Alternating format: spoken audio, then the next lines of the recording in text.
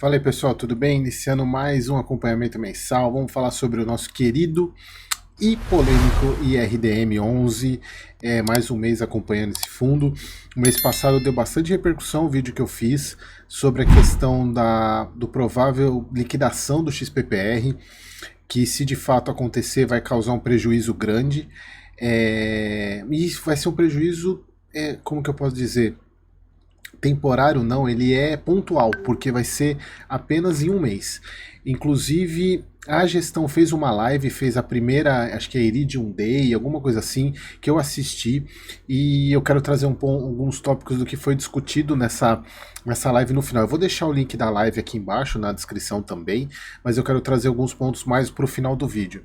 Mas vamos lá para o relatório, para a gente acompanhar como é que foi o desempenho do IRDM agora em fevereiro. Então ele pagou 78 centavos por cota, vem aumentando mês a mês, já é o terceiro mês seguido que ele aumenta o rendimento e poderia ter aumentado mais se não fosse a política que ele adotou lá em novembro de reter uma parte dos resultados para poder manter linearidade, manter o rendimento constante. Então, e aumentando sempre um pouco, mas eles poderiam ter até aumentado mais. Olha só, eles até colocam aqui que é importante saber que o valor total do resultado gerado foi de aproximadamente 82 centavos, no qual foi retido aproximadamente 4 centavos. É o que eles têm feito normalmente, retendo 4 centavos por mês. Eles falam que a gestão optou por continuar a política de retenção, com o objetivo de minimizar os efeitos possíveis amortizações e inadimplências, que é o que a gente vai ver, o que que aconteceu várias amortizações e inadimplência, inclusive de um CRI que eu comentei com vocês no vídeo do KNSC, que a gente vai falar daqui a pouco sobre ele.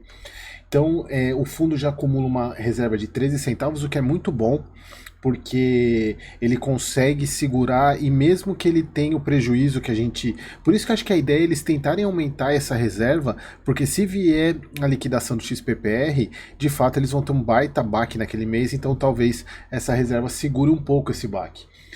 Então eles falam aqui da questão da correção monetária que foi favorável em dezembro, né? Foi dezembro, janeiro e agora fevereiro eles colocam que foi anunciado o ajuste. Não, eles estão colocando aqui, ó, a prévia do IPCA 15 de fevereiro registrado 0,78 e a gente já sabe que saiu mais de 0,8%. Provavelmente eles devem ter escrito essa parte antes do final de fevereiro, mas saiu mais de 8,08. Então isso vai impactar positivamente o IRDM, porque ele tem a carteira basicamente IPCA. Aqui falando sobre a resolução 518, aquela dos lastro do CRI e CRAs, e eu até comentei no vídeo para vocês que saiu uma outra resolução que meio que deu uma amenizada nos critérios, né, e eles até colocam aqui que esclareceu as limitações impostas anteriormente, e a conclusão da equipe de gestão é que ela não deve interferir de forma significativa na capacidade do fundo de realizar novas operações. É importante lembrar que o fundo dificilmente participa de grandes ofertas públicas e que ele concentra o seu foco em ativos oriundos de emissões pequenas. E aí eles falam do Iridium Day, que eu achei muito importante, é muito importante, por mais que tenha sido uma live, acho que foi de 1h40, se eu não me engano, focada em todos os fundos do Iridium, não somente dos fundos imobiliários, mas também dos fundos multimercado, fundos de investimento de uma maneira geral. Eu até acredito que seria interessante. Eu até cheguei a comentar lá Fala que seria interessante eles fazerem uma live somente sobre o Iridium, para deixar os investidores mais tranquilos, ou explicar o que... Embora eles tenham feito uma boa parte da live, se eu não me engano, acho que a live teve 1h15. Eles fizeram do minuto, acho que 42, até um final somente sobre o Iridium. Então foi bem bacana, vale a pena assistir. Eu vou deixar, como eu falei, deixar o link para vocês aqui. E vou falar dos pontos principais mais no final desse vídeo. E aqui, como eu posso falar para vocês, desde quando eles começaram a reter parte dos rendimentos, os rendimentos aumentaram, né, os 70, 75, 78, então vamos ver se isso vai se manter, porque embora a gente ainda precisa ver essa questão dos inadimplentes, que é o que talvez esteja impactando mais na questão da cota, né? Não somente os fundos imobiliários com prejuízo, mas porque isso eu vou falar um pouco mais para frente, mas é basicamente inadimplência, isso que está afetando a cota. Mas o fundo vem pagando bem, inclusive se a gente for pegar, ele está pagando acima do CDI, que é bem importante que isso aconteça. Então aqui o desempenho do fundo, né, a cota patrimonial, a cota de fechamento e o volume de negociação. Aqui a parte dos CRIs do fundo, vamos para o que interessa, né? A gente lembrando sempre da posição do XPPR, R$ 80 de preço médio, diferentemente da Capitânia, né? Bom, aqui, pessoal, é só para vocês verem que a questão de distribuição, porque eles fizeram algumas compras de CRI e PCA, que aumentou o carrego da parte de PCA, estava 62, foi para 64, já vou mostrar as operações que eles fizeram, que é importante até porque eles acreditam nessa questão do IPCA maior para esse ano, então eles fizeram isso. Aqui, eles falam que o mercado de fundos imobiliários poderá enfrentar mudanças significativas em 2024, principalmente por causa da regulamentação 518 e da redução da taxa Selic, né? Então, que vai fazer com que os fundos IPCA se saiam melhor. E eles colocam que a gestão ainda continua otimista, reconhece os desafios potenciais relacionados à inadimplência, que a gente vai falar um pouco sobre isso daqui a pouco, e que podem afetar diretamente os resultados e, consequentemente, os rendimentos do fundo em alguns meses pontuais. Aqui, eles já estão dando a entender que, embora eles não tenham falado com esse tom na live, mas eles já acreditam que pode ser a questão. Aqui eu entendo esse pontual como XPPR, tá? Aqui eles colocam a reciclagem do fundo, que a equipe concentra as atividades da reciclagem, melhora da performance. Aqui eles fizeram algumas compras, né? Compra basicamente IPCA. Olha só a taxa de carrego que eles fizeram, né? Isso é importante para poder aumentar o resultado do fundo, IPCA mais 11. Isso é importante, embora o volume não tenha sido grande, mas é sempre importante, por isso até justifica esse aumento da taxa de carrego do IPCA, a quantidade de IPCA da carteira de 62 para 64. Bom, aqui pessoal, alguns eventos adicionais, a parte de Pernambucanas, isso aqui eu falei no vídeo passado, mas o que me chamou a atenção foi esse cara aqui. O CRI Eco, houve inadimplência do CRI durante o mês e detalhes desse evento foram incluídos no monitoramento dos ativos inadimplentes. Aqui me chamou um pouco a atenção porque, não sei se vocês lembram, voltem e peguem o vídeo do KNSC, que eles colocam acompanhamento do CRI Smart Connect, que é de um empreendimento dessa Eco. E lá o CRI está adimplente, porém ele quebrou covenant de financeiro. Nesse caso aqui, a gente já tem uma inadimplência, porque essa Eco ela vem passando diversas dificuldades, ela está alavancada ao extremo, então não me assusta esse CRI lá do KNSC dar problema. Então vamos continuar monitorando, você cotista do KNSC, eu sou cotista do KNSC, embora seja pouco do PL do fundo lá do KNSC, a gente tem que monitorar porque aquele CRI é da Eco juntamente com esse daqui, só que nesse caso aqui, esse aqui já está inadimplente, tá? Aqui eles fizeram, aqui eles até fazem um merchanzinho, eles colocam que o HGRS que foi liquidado, foi inteiramente amortizado, ou seja, devolução do capital total, e eles colocam aqui que nesse caso eles tiveram uma TIR de 20%. E a gestão destaca assim que a eficaz alocação dos recursos e excelente retorno obtido durante o período. Eu quero ver eles colocarem quando fizer a liquidação do XPPR, o pau que eles vão tomar. Bom, aqui pessoal, olha só, eu fiz isso no vídeo passado. Eu peguei aqueles. O que mudou do mês passado para esse, tá? No caso do BUI, que não mudou nada, continua a mesma coisa. No Eco, esse é novo, eles colocam que o ativo ficou inadimplente devido, sobretudo, ao nível de alavancagem do grupo Eco, bem como o recente embargo dos principais novos lançamentos do grupo, projetos fora do âmbito da operação, que inclusive aquele projeto do Smart Connect, que é o edifício lá de Osasco, a gente não tem informação de qual é o andamento dele, a gente tem a atualização dele lá no site de janeiro de 24, que ainda falta bastante coisa, mas essa informação se ele está paralisado ou não, a gente não tem. Lembra que eu mostrei para vocês o Reclame Aqui, das pessoas olhando, reclamando, só que essas reclamações é de junho do ano passado, atual a gente não tem nada. Então vamos ver como é que vai ser lá naquele caso. Então aqui no caso do IRDM, o Eco está inadimplente mesmo. O Gramado Parques, aqui pessoal, no mês passado Eles tinham voltado a pagar, pararam, porém eles fizeram uma assembleia para o Gramado Parques fez uma assembleia para ter carência, para aumentar a carência. Eles colocam aqui que o Irídio foi contra isso, embora eles até falem na live que, embora eles tenham sido contras, mas entendem que o CRI precisa ter fluxo, mas eles falaram que não concordaram com as condicionantes dessa questão, né, dessa situação do Gramado Parques, mas eles votaram, mas foram um voto vencido. Tá? Embora a operação continue pagando integralmente a parcela de juros.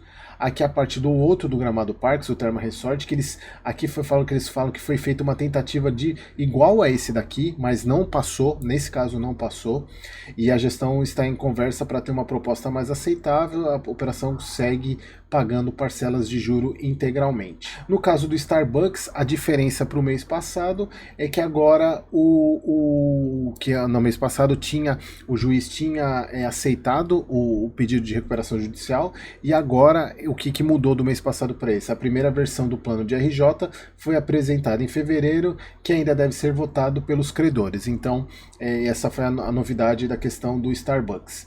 E, no caso de Silvan, o CR segue com amortizações através de fluxo operacional do ativo, porém o acionista está atrasado com as obrigações de aporte no ativo. Uma nova assembleia será convocada para deliberar o descumprimento. Então, pessoal, isso que a gente já vou falar sobre a live, mas aqui somente a parte de resultado do fundo a gente consegue ver que teve um aumento na correção monetária exatamente por causa da questão do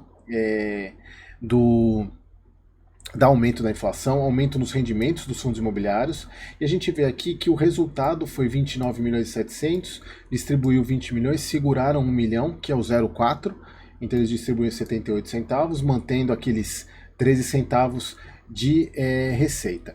E sobre a live, pessoal, deixa eu até voltar aqui para mim, porque eu fiz umas anotações aqui que eu quero compartilhar com vocês. Eu vou ir falando aqui, deixa eu ver onde que eu coloquei. Aqui. Então, pessoal, só assim, eu tô aqui com os pontos. Primeiro ponto foi a questão que eles comentaram que o PL do IRDM é 4.1 inadimplente, e o que eles quiseram dizer com isso? Que eles entendem que a cota está descolada. Se a gente pegar, a cota está descolada do valor patrimonial. Se a gente pegar aqui, deixa eu só colocar aqui IRDM para a gente poder ver quanto que fechou a cota, ó, R$ 75 e o patrimonial 87. O que eles estão querendo dizer com isso? Que o mercado está precificando, que eu entendi da live, exageradamente, porque a cota patrimonial já está considerando essa inadimplência. Assim como está considerando também o prejuízo nos fundos imobiliários, porque os fundos imobiliários são marcados a mercado. Então, o preço deles, que representa no patrimonial, já é o fundo com o preço com o prejuízo em tese do patrimônio. Então, eles entendem que a queda está exagerada, pelo que eu entendi do que eles falaram, mas obviamente o mercado precifica isso mais como uma questão de desconfiança na gestão, e não somente o teórico, né, a conta na ponta do lápis. Eles consideram também, o mercado é emocional, obviamente. Outra coisa que eles colocaram que a ideia deles é melhorar os rendimentos, com a recuperação daqueles créditos, só que a questão é a seguinte, eles colocam que eles ainda preferem manter sem ajuizar nada, somente no caso do Starbucks que eles ajuizaram, mas aí também tem a questão de gasto com advogados, que eles falaram até na live, que eles preferem tentar resolver isso de maneira pacífica, digamos, né, discutindo e tentando, com a reciclagem de portfólio, melhorar os rendimentos. E aí, sobre a questão do XPPR, eles colocam aqui que a opinião da gestão, tá? Eles falam que eles não têm nenhuma informação, mas em conversa, que eles, obviamente, eles se conversam, os gestores se conversam, né? Mas eles não têm nenhuma informação, embora as informações que eles tenham também eles não podem divulgar tanto. Mas eles colocam assim, ó, eles acreditam que o fundo não vai ser liquidado. Essa é a opinião deles. O que vai acontecer é uma venda parcial de ativos para reduzir a alavancagem, mas o fundo segue normal. E aí, assim, a minha sensação vendo a live é mais uma torcida para eles do que o que de fato vai acontecer. Inclusive eles até colocam que havendo, porque assim, a ideia então, primeiro, que eles acreditam que, ou que eles torcem para que aconteça, é que haja uma venda dos ativos e não a liquidação do fundo, uma venda parcial dos ativos para desalavancar o fundo. E ele continuaria a existir. E isso seria bom, porque em tese poderia recuperar até o valor do fundo com o passar do tempo. Mas eles não. Mas assim, pelo que eu senti até do público que estava na live, e até pelo ânimo deles falando, teve até uma pessoa nos comentários que falou que pelo desânimo dá até vontade de fechar a live. Até eles comentam, falam, não, que não tá nada desanimado, que estão bem animados, não sei o quê. Mas a questão é a seguinte, aí eles até comentam que se houver liquidação mesmo, o gestor fala, se houver a liquidação no nível de R$30 por cota, que foi o que eu falei no vídeo passado, o impacto no RDM seria de menos 40 centavos no rendimento em apenas um mês. Então seria um impacto pontual de 40 centavos. Então até justificando aquilo que eu falei para vocês lá no... Eu até esqueci de mostrar aqui, tava mostrando só para mostrar para vocês aqui que a cota atual 3,75 e a patrimonial 87. Que eu até mostrei para vocês lá no relatório falando da questão pontual, então eu entendo que eles já estão considerando isso. Então, eu acredito que provavelmente esse é o cenário mais certo. E, pessoal, mais uma vez, acreditem não, assistam os meus vídeos. Eu falei exatamente o quanto que seria a perda se o XPPR fosse liquidado em alguns cenários, R$30, 35 ou 40 ou 40 e 45, não lembro. Vejam o vídeo passado que vocês vão ver exatamente o impacto da liquidação do XPPR no rendimento do IRDM. Então o Eric viu isso antes. Obviamente que não simplesmente análise e conta. Então, pessoal, o que a gestão falou nessa live confirmou aquilo que eu tinha falado no vídeo, que é a redução de 40 centavos no rendimento. E isso eles colocam como sendo pontual em apenas um mês. E eu, Eric, acredito que possa abrir uma janela excepcional de compra. Tá?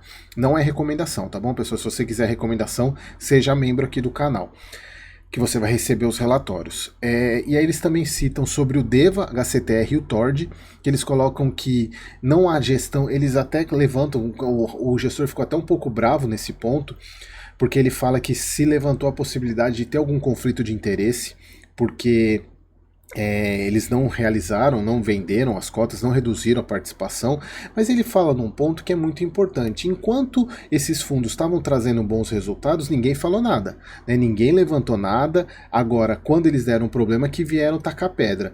Mas eles falam o seguinte, que